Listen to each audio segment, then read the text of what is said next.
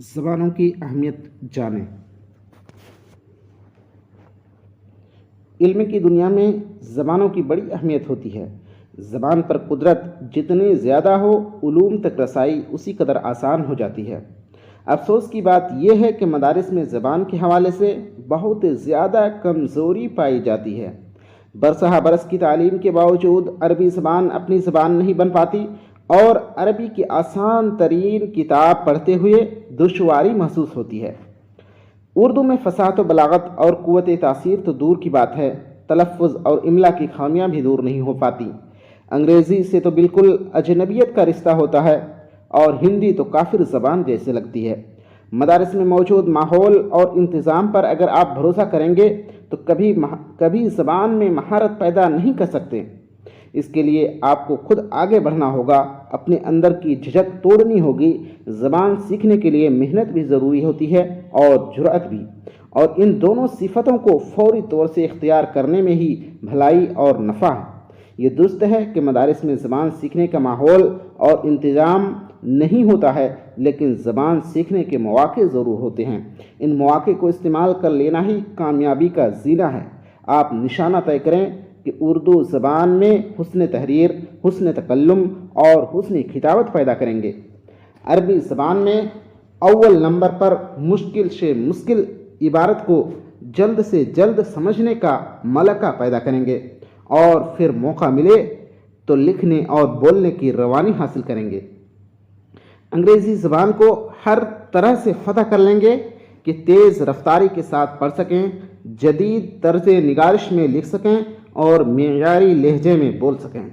روزمرہ کی ہندی زبان کو کم از کم لکھنا اور پڑھنا تو ضرور سیکھ لیں گے، اور بہت اچھا ہو کہ اس میں بھی تعبیر و بیان کی مہارت حاصل کر لیں۔ مولانا سلمان حسینی ندوی کا نقطہ نظر اس سلسلے میں بہت حقیقت پسندانہ ہے، اس کو بخوبی سمجھنے کی ضرورت ہے۔ وہ لکھتے ہیں، عربی زبان اگر اتنی آتی ہو کہ طالب علم ماخذ شریعت کا براہ راست مطالعہ کر لے، تفسیر و حدیث و فقہ پر اس کی اچھی نظر ہو، تو اس کے بعد پھر اس کی ضرورت ہوتی ہے کہ جس قوم، جس ملک و وطن اور جس طبقہ کے درمیان وہ رہ رہا ہے، ان کی زبان و اصطلاحات میں ان کو مخاطب کر سکے اور مطالب شریعت ان تک پہنچا سکے۔ آیت کریمہ فلولا نفر من كل فرقة منهم طائفة ليتفقهوا في الدين ولينذروا قومهم إذا رجعوا إليهم لعلهم يحذرون میں ایک حکم تفقہ فی الدین کا ہے۔ اس کے لیے عربی زبان بولنے لکھنے کی ضرورت نہیں ہے بلکہ سمجھنے کی ضرورت ہے۔ پھر دوسرا حکم انذار القوم کا ہے۔ اس کے لیے اپنی قوم، اپنے مخاطبین، اپنے لوگوں جن میں کام کرنا ہے، ان کی زبان، عقائد، فکر، روایات، اصطلاحات اور استعداد سے واقف ہونا ضروری ہے۔ مولانا حسینی کا تجزیہ بہت اہم ہے، تاہم ذرا سوچئے، جب آپ 8-10 سال کی عربی تعلیم کے بعد معاشرے میں قدم رکھیں گے اور عربی میں اپنی بات کہنے کی صلاحیت سے محروم ہوں گے اور کوئی ضرورت آن پڑے گی تو معاشرے کی نگاہ میں آپ کی کیا تصویر بنے گی؟ اس لیے جہاں تک ہو سکے عربی زبان میں بھی اظہار کی زبانی اور قلمی صلاحیتوں کو بڑھائیے، اس سے آپ کی شخصیت میں 4 چاند لگ جائیں گے۔ انگریزی زبان کے سلسلے میں ایک مشورہ مفید ہو سکتا ہے کہ ابتدائی انگریزی سیکھنے کے بعد انگریزی کا کوئی معیاری اور سنجیدہ ہفتہ روزہ نیو میگزین اپنے مستقل مطالعے میں شامل کریں۔ اس سے انگریزی پر دسترس بھی اچھی ہوتی جائے گی اور حالات حاضرہ نیز معاصر افکار سے واقفیت بھی ہوتی رہے گی۔ ہندی زبان کے سلسلے میں مشورہ یہ ہے کہ ابتدائی ہندی پڑھنے کے بعد ان کتابوں کو اپنے مطالعہ کا مستقل حصہ بنائیں جو برادران وطن میں دعوت کے نقطہ نظر سے لکھی گئی ہیں۔ اس سے فائدہ یہ ہوگا کہ دعوتی زبان، دعوتی لب و لہجہ اور دعوتی مزاج تشکیل پائے گا۔ بہت اچھا ہو اگر قرآن مجید کا مکمل انگریزی ترجمہ اور ہندی ترجمہ ایک بار زمانہ طالب علمی میں ہی مکمل پڑھ لیا جائے۔ اس سے قرآن مجید کے الفاظ کا انگریزی اور ہندی متبادل ذہن نشین ہو جائے گا۔ زبانوں کو سیکھنے کے سلسلے میں سمع و بصر کا کردار بہت اہم ہوتا ہے۔ پڑھنے سے زبان کو پڑھنا اور لکھنا آتا ہے اور سننے سے زبان کو سننا اور بولنا آتا ہے۔ اس لیے جہاں زبانوں کو پڑھنے کی زیادہ سے زیادہ کوشش کریں، وہیں زبانوں کو سننے کے مواقع کا بھی بھرپور استعمال کریں۔ جب سہولت عربی اور انگریزی میں اچھی اور مفید تقریریں اور گفتگو ضرور سنیں۔ خوبصورت زبان بولیں اور لکھیں۔ اگر ہم اپنا پیغام قوت کے ساتھ دوسرے انسانوں تک پہنچانے کا عزم رکھتے ہیں تو ہمارے لیے اپنے علاقے کی زبان جاننی بھی ضروری ہے، ملک کی زبان جاننی بھی ضروری ہے، ملت کی زبان جاننی بھی ضروری ہے اور عالمی رابطے کی زبان جاننی بھی ضروری ہے۔ لیکن صرف زبان جان لینا ہمارا ہدف نہیں ہونا چاہیے، بلکہ اس زبان میں اتنی مہارت پیدا کریں کہ اس زبان کے لوگ آپ پر رشک کریں۔ مولانا علی میاں رحمۃ اللہ علیہ فرماتے ہیں، کسی ملک میں دین کی خدمت و اشاعت کرنے اور وہاں کی زندگی پر اثر انداز ہونے کے لیے ضروری ہے کہ دین کی خدمت کرنے والوں کو اس ملک کی زبان و ادب کا صاف ستھرا ذوق ہو اور وہ مذاق سلیم اور معیار صحیح کے مطابق اس میں اظہار خیال کرنے کی قدرت، جیتی جاگتی زبان اور شگفتہ انداز بیان میں تصنیف و تقریر کی قابلیت رکھتے ہوں۔ دین کی دعوت اس وقت بہت مؤثر ہو جاتی ہے جب اس میں دل آویزی اور دل پذیری بھی ہو، اور یہ ایک ایسی نفسیاتی حقیقت اور امر واقعہ ہے کہ انبیاء علیہ السلام تک کو اپنی قوم کو خطاب کرنے اور ان کے دل و دماغ میں نفوذ کرنے کے لیے بہترین زبان دی گئی۔ قرآن مجید میں کہا گیا، اِنَّا أَنزَلْنَاهُ قُرْآنًا عَرَبِيًّا لَعَلَّكُمْ تَعْقِلُونَ، سورہ یوسف آیت نمبر 2۔ کہیں فرمایا گیا بِلِسَانٍ عَرَبِيٍّ مُبِينٍ، سورہ شعراء آیت نمبر 195۔ کہیں ارشاد ہوا وَمَا أَرْسَلْنَا مِن رَّسُولٍ إِلَّا بِلِسَانِ قَوْمِهِ، سورہ ابراہیم آیت نمبر 4۔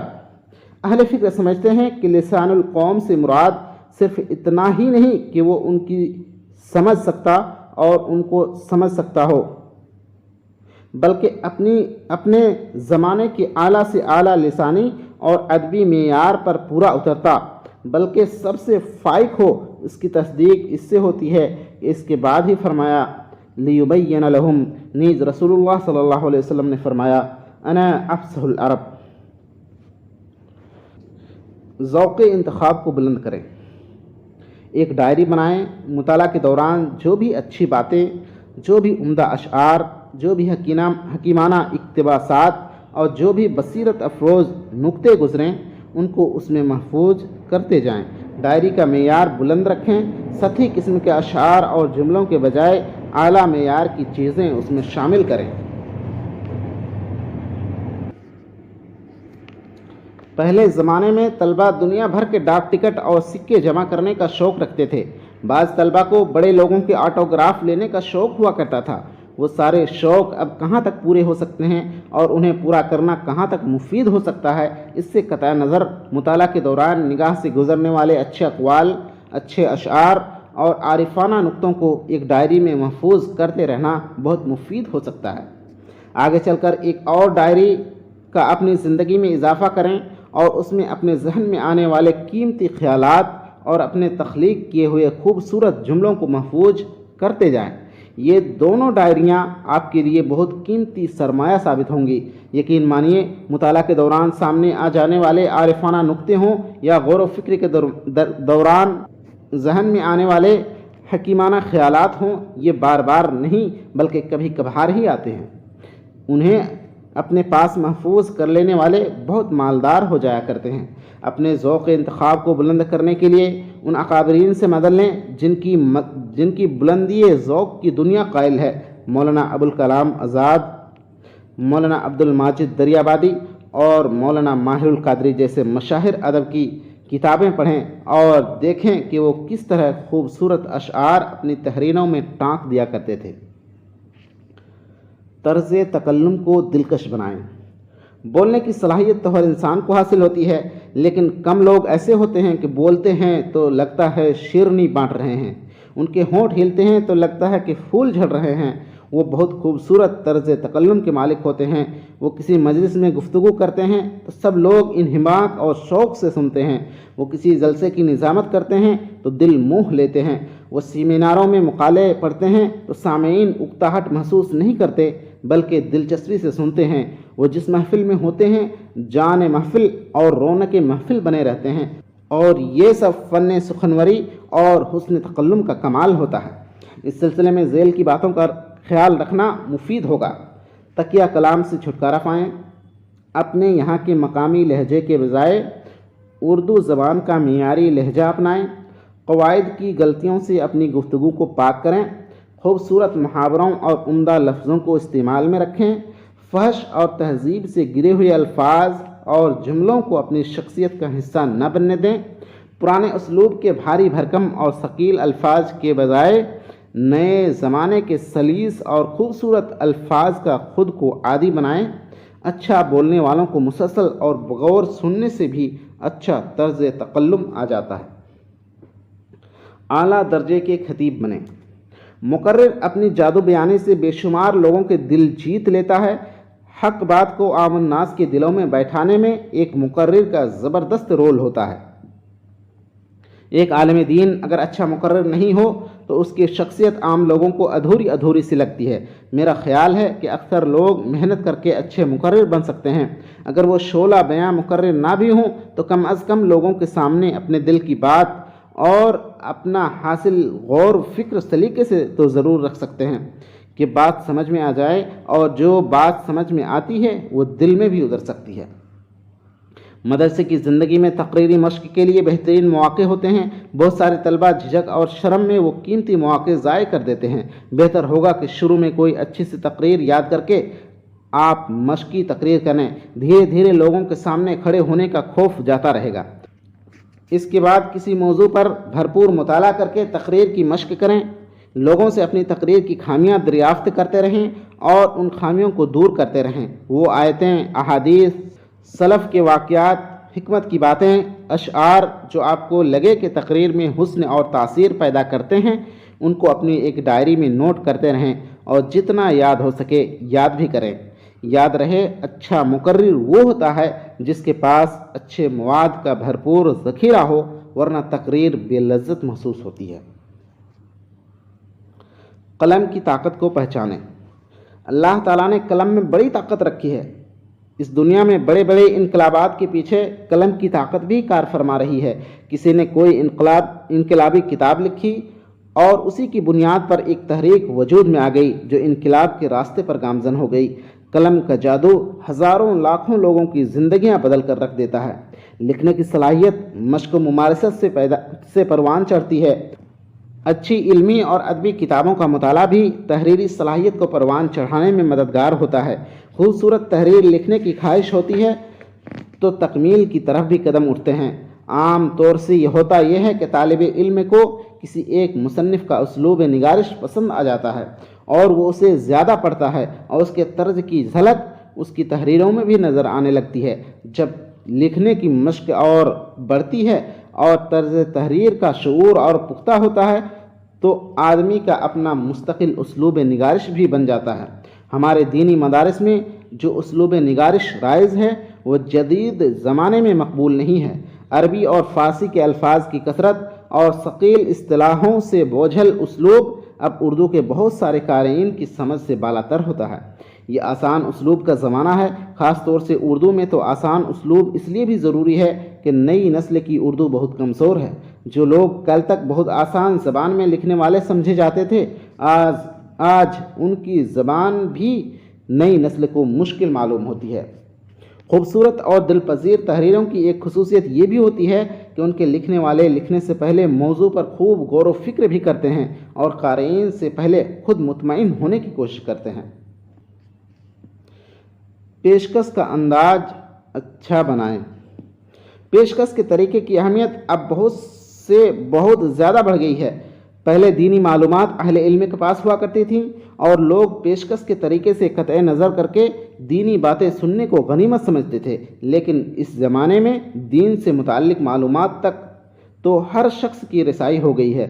آج فیس بک اور واٹس ایپ وغیرہ کے ذریعے روزانہ معلومات کا ایک سیلاب سب کے پاس سے گزرتا ہے۔ بہت ساری آیتوں اور حدیثوں کے مفہوم سے لوگ آشنا اور مانوس ہو چلے ہیں۔ اب تحریر و تقریر میں اصل کمال پیشکش کا رہ جاتا ہے، جو کہ معلومات سب کے پاس موجود ہیں ان کو زیادہ خوبصورت اور زیادہ پر اثر طریقے سے آپ پیش کریں۔ اس لیے اچھی پیشکش کی مشق پر بھی توجہ دینا ہے۔ ان ادیبوں کو خاص طور سے پڑھیں جنہوں نے عام سی باتوں کو بہت خوبصورت اور دل آویز پیرائے میں بیان کیا ہے۔ اپنی ہر بات کو ایک اچھا اور توجہ کھینچ لینے والا پیرایا دینے کی مشق کریں۔ سوشل میڈیا کا شہسوار بھی بننا ہے۔ ماضی قریب تک لکھنے کا مطلب طویل مضامین اور کتابیں لکھنا اور تقریر کرنے کا مطلب 1-2 گھنٹے تک داد سخن دینا سمجھا جاتا تھا، لیکن اب صورتحال بدل گئی ہے اور سوشل میڈیا جیسے فیس بک، ٹویٹر، یوٹیوب وغیرہ کے رواج کے بعد مختصر تحریر اور مختصر تقریر کو بڑی اہمیت حاصل ہو گئی ہے۔ آج ایک چھوٹا سا تیر بہدف جملہ منٹوں میں پوری دنیا میں پھیل کر لاکھوں کروڑوں لوگوں میں دھوم مچا دیتا ہے۔ 2-3 منٹ کی تقریر کا ویڈیو ایک دن میں ہزاروں لاکھوں لوگ سن کر متاثر ہو جاتے ہیں۔ سوشل میڈیا میں ہر فرد کا قارئین کا ایک حلقہ بن جاتا ہے۔ بعض عرب علماء نے اس پر خاص توجہ دی، ان کے شائقین کی تعداد 1-1 کروڑ تک پہنچ گئی ہے۔ ایک چھوٹا سا جملہ لکھ دیتے ہیں اور وہ دن بھر میں لاکھوں کروڑوں لوگ پڑھ لیتے ہیں۔ 2-3 جملوں میں مکمل بات کہہ دینا اور 2-3 منٹ میں مکمل تقریر کر دینا بھی ایک فن ہے جس کی مہارت حاصل کرنا ہمارا ہدف ہونا چاہیے۔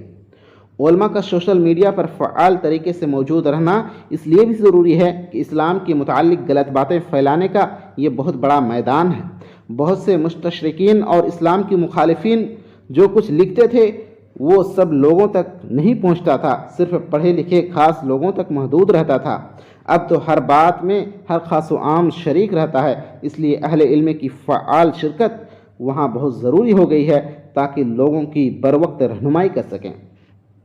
لیکن یہ آگاہی دینی بھی بہت ضروری ہے کہ زمانہ طالب علم میں اپنے اندر وہ مختصر، جامع اور اثر انگیز بات کہنے کی صلاحیت تو پیدا ضرور کرنی چاہیے جو سوشل میڈیا کے ذریعے اثر انداز ہونے کے لیے بہت ضروری ہے۔ علمی تیاری بھی بھرپور کرنی چاہیے کہ دینی رہنمائی علمی تیاری کے بغیر ممکن نہیں ہے، لیکن طالب علمی کے زمانے میں خود کو سوشل میڈیا میں مصروف نہیں کرنا چاہیے، کیونکہ اس زمانے میں وقت کو سب سے زیادہ ضائع کرنے اور ذہن کو سب سے زیادہ منتشر کرنے والی چیز سوشل میڈیا ہی ہے۔ سوشل میڈیا کے تعلق سے دینی مدارس کے طلباء و فضلاء کو بہت محتاط رہنے کی بھی ضرورت ہے۔ یہ بات سچ ہے کہ دینی مدارس کے طلباء ملک کے مخالف سرگرمیوں سے ہزاروں کوس کی دوری پر ہوتے ہیں۔ ان کا کسی قسم کی پسندی اور دہشت گردی سے کوئی تعلق نہیں ہوتا ہے، لیکن اسلام دشمن میڈیا اور اسلام دشمن ایجنسیاں دینی مدارس اور ان کے فضلاء کو بدنام کرنے کے لیے ہر قسم کے حربے اختیار کرتے ہیں۔ اس لیے فیس بک اور واٹس ایپ وغیرہ کے سلسلے میں اس کا سختی سے خیال کریں کہ کسی شدت پسند فرد یا گروپ سے دوستی اور کسی قابل اعتراض تصویر یا کسی جذباتی پیغام کے حامل ویڈیو سے اور ایسی ہر چیز سے آپ کی پروفائل بالکل پاک رہے۔ ایسے کسی پیغام یا پوسٹ کی ترسیل نہ کریں، نہ ہی ایسی کسی چیز کو لائک کریں جس پر آپ بلا وجہ کسی شک کے دائرے میں آ جائیں اور خدا نخواستہ بے قصور ہونے کے باوجود خود بھی آزمائش کا شکار ہوں اور گھر والوں کے لیے بھی پریشانی کا باعث بنے۔ یاد رہے کہ سوشل میڈیا میں غلط پیغام لکھنا ہی جرم نہیں ہے، کسی دوسرے کے بھیجے ہوئے پیغام کو آگے بڑھانا بھی جرم ہے۔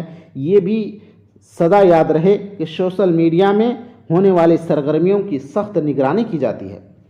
آپ کو ایک طرف اپنے عمل سے سچا محب وطن ہونے کا ثبوت دینا ہے اور دوسری طرف احتیاط کا دامن بھی مضبوطی سے تھامنا ہے کہ کوئی بدخواہ اور کینہ پرور آپ کو جھوٹے کیس میں پھنسا نہیں سکے۔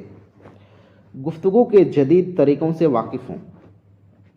پہلے زمانے میں علماء یا تو تقریر کرتے تھے جسے لوگ عقیدت سے سنتے تھے، یا مناظرے ہوتے تھے جن کے ماہرین ہوا کرتے تھے۔ اب کچھ نئے طریقے رائج ہو گئے ہیں جن میں ٹیبل ٹاک اور سوال و جواب کی نشست کو بطور مثال ذکر کیا جا سکتا ہے۔ ان میں متعین سوالوں کے متعین جوابات مطلوب ہوتے ہیں، سوچنے کا وقت بالکل نہیں ہوتا اور بولنے کا وقت بہت محدود ہوتا ہے۔ بات بہت نکتے والی کہنی ہوتی ہے اور کوئی غیر ذمہ دارانہ بات زبان سے نکل گئی تو ایک مصیبت کھڑی ہو جاتی ہے۔ غرض معاملہ اس تقریری مظاہرے سے بالکل مختلف ہوتا ہے جو ہم کئی دن کی تیاری کے بعد آ کر کرتے ہیں۔ ان طریقوں کی مشق کا چلن بھی ہمارے مدارس میں شروع ہو جانا چاہیے اور طلباء کی انجمن کی مشقی سرگرمیوں میں ان کو شامل کرنا چاہیے۔ میرا ذاتی تجربہ ہے کہ ایک بات مجمع کے سامنے کہنی بہت آسان تھی، لیکن بند کمرے میں کیمرے کی طرف رخ کر کے اسے کہنا بہت دشوار ثابت ہوا۔ قدیم و جدید میں خود کو تقسیم نہ کریں۔ امت مسلمہ کو اللہ تعالیٰ نے ہر زمانے میں بڑے بڑے اہل علم سے نوازا اور انہوں نے نہایت قیمتی علمی سرمایہ امت کو دیا۔ یہ سلسلہ ہر دور میں جاری رہا ہے اور ابھی بھی جاری ہے، دور قدیم کا بھی اور دور جدید کا بھی۔ یہ سارا علمی سرمایہ ہمارا اور ہماری اپنی امت کا سرمایہ ہے اور اس سے فائدہ اٹھانے کا ہمیں حق بھی حاصل ہے اور ہمارا فرض بھی بنتا ہے۔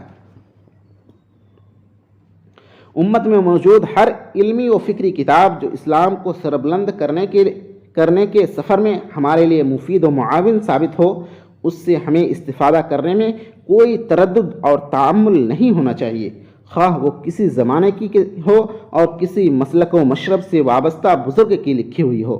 مولانا علی میاں رحمۃ اللہ علیہ نے جنگی تیاریوں کی مثال دے کر یہ بات بہت عمدہ طریقے سے سمجھائی ہے۔ فرماتے ہیں، عزیزو، اس عہد انقلاب میں دین کی نمائندگی، تعلیمات اسلام کی ترجمانی اور نہ صرف ان کی تشریح و تفہیم بلکہ ان کی بلندی و برتری کا نقش قائم کرنے کے لیے بڑی وسیع تیاریوں اور بڑی متنوع صلاحیتوں کی ضرورت ہے۔ آپ اسلام کے سپاہی ہیں اور زندگی کے معرکہ کے لیے تیار ہو رہے ہیں۔ کسی فوجی تربیت گاہ اور وہاں کی تیار ہونے والی فوج کے لیے سب سے زیادہ ناموزوں، سب سے زیادہ خطرناک بحث قدیم و جدید اسلحہ اور طریقے جنگ کی بحث ہے۔ سپاہی کے لیے نہ کوئی ہتھیار قدیم ہے نہ جدید، اس کو تو یہ دیکھنا ہے کہ میدان جنگ کے لیے کون سا ہتھیار کارگر ہے اور کون سا طریقے جنگ موزوں۔ تیار ہونے والے سپاہی کے لیے تعصب کی کوئی گنجائش نہیں، اس کا نہ کسی خاص اسلحہ سے رشتہ ہے نہ کسی خاص فن جنگ سے، اس کو تو تمام ضروری اسلحہ سے مسلح ہونا چاہیے۔ نہ قدیم زمانے میں لکھی گئی کتابوں سے بیزاری ہونی چاہیے، نہ جدید زمانے کی تصنیفات کو حقارت کی نظر سے دیکھنا چاہیے، نہ قدیم علوم کی اہمیت کم کرنی چاہیے اور نہ جدید علوم سے بھی اعتنائی برتنی چاہیے۔ علم تو ایک دریا کی طرح بہہ رہا ہے جس میں ہر زمانے میں مختلف نہریں آ کر ملتی رہتی ہیں، اور دین کا پاسبان طالب علم تو علم نافع کا سب سے بڑا قدردان ہوتا ہے۔ جدید علوم سے آگاہی حاصل کریں۔ مدرسے کے نصاب تعلیم میں جدید علوم شامل ہوں یا نہ ہوں، آپ کا اپنا مطالعہ کا ایک نصاب ہونا چاہیے جسے پڑھ کر آپ خود جدید علوم سے آگاہی حاصل کر سکیں۔ یاد رکھیں، اس پر تو بحث ہوتی رہتی ہے کہ دینی مدارس کے نصاب میں جدید علوم شامل ہوں یا نہ ہوں، لیکن کوئی اس بات کو غلط نہیں کہتا کہ طلباء و فضلہ اپنے طور پر جدید علوم کا مطالعہ کریں۔ یہ بات واضح رہے کہ انگریزی زبان سیکھنا جدید علم نہیں ہے، بلکہ وہ ایک زبان ہے جس کو سیکھ لینے کے بعد جدید علوم کو سیکھنا آسان ہو جاتا ہے۔ کمپیوٹر سیکھنا بھی جدید علم نہیں ہے، بلکہ وہ تو ایک جدید ٹیکنالوجی سے واقفیت ہے۔ سائنس اور حساب کے مبادی جان لینا بھی یقیناً مفید ہے۔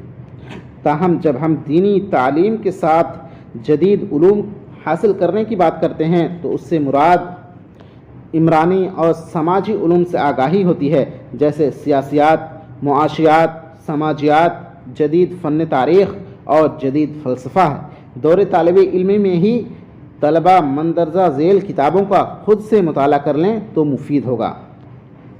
سیاسیات کے مبادی پر اور اسلام کے سیاسی نظام پر ایک کتاب، ہندوستان کے دستور اور بین الاقوامی اداروں سے متعلق ایک کتاب، جدید معاشیات کے اوپر اور اسلامی معاشیات کے اوپر ایک کتاب، جدید فلسفیانہ نظریات کے تعارف پر ایک کتاب، سماجیات پر ایک کتاب، عہد وسطیٰ اور جدید ہندوستان کی تاریخ پر ایک کتاب۔ اردو میں ان تمام موضوعات پر کتابیں دستیاب ہیں جو اردو میڈیم اسکولوں میں پڑھائی جاتی ہیں۔ اسلامی سیاسیات اور اسلامی معاشیات کے موضوع پر بھی کتابیں موجود ہیں۔ اہل علم کی مجلسوں میں بیٹھیں۔ اگر کسی میدان کی ممتاز علمی شخصیت سے رابطہ استوار کرنے اور اس کے علم سے فیض یاب ہونے کا موقع ملے تو اس موقع کو غنیمت سمجھنا چاہیے۔ اس سلسلے میں یہ بات رکاوٹ نہیں بننی چاہیے کہ ان کا تعلق کسی اور مکتبہ فکر سے ہے یا بعض مسائل میں آپ کی رائے سے ان کی رائے مختلف ہے۔ کسی ایک شخص سے استفادے پر اکتفا کرنے کے بجائے جس قدر بڑی شخصیات سے ملاقات اور استفادے کا موقع ملے اس میں پیچھے نہیں رہنا چاہیے۔ دیکھا گیا کہ جن طلباء کو مختلف میدانوں کی نمایاں اور ممتاز شخصیات سے استفادے کا اور ان کی مجلس میں بیٹھنے کا موقع مل جاتا ہے ان کی شخصیت میں کافی نکھار آ جاتا ہے، خواہ وہ تھوڑی دیر کی ملاقات کیوں نہ ہو۔ مولانا علی میاں رحمۃ اللہ علیہ کے الفاظ ہیں، علم و فن کا ذوق جب ہی بنتا ہے جب اہل علم کی مجلسوں سے رابطہ قائم رکھا جائے۔ اس کے بعد انسان بہت تھوڑے مواد سے کام لے سکتا ہے، لیکن ایسا ملکہ جب ہی پیدا ہوگا جب کہ مختلف مجالس و محافل میں شرکت کی جائے۔ یہ سب باتیں وہی سمجھ سکتا ہے جو علامہ شبلی اور سید سلیمان ندوی کی محفلوں میں شریک ہوا ہو۔ مولانا سید سلیمان ندوی علامہ شبلی کے مجلسوں میں شریک ہوتے رہے اور ان کے چشمہ علم سے سیراب ہوتے رہے، اور اس کی وجہ سے ان میں وہ شعور اور ذوق اور ملکہ پیدا ہو گیا جو بہت کم لوگوں کو حاصل ہوتا ہے۔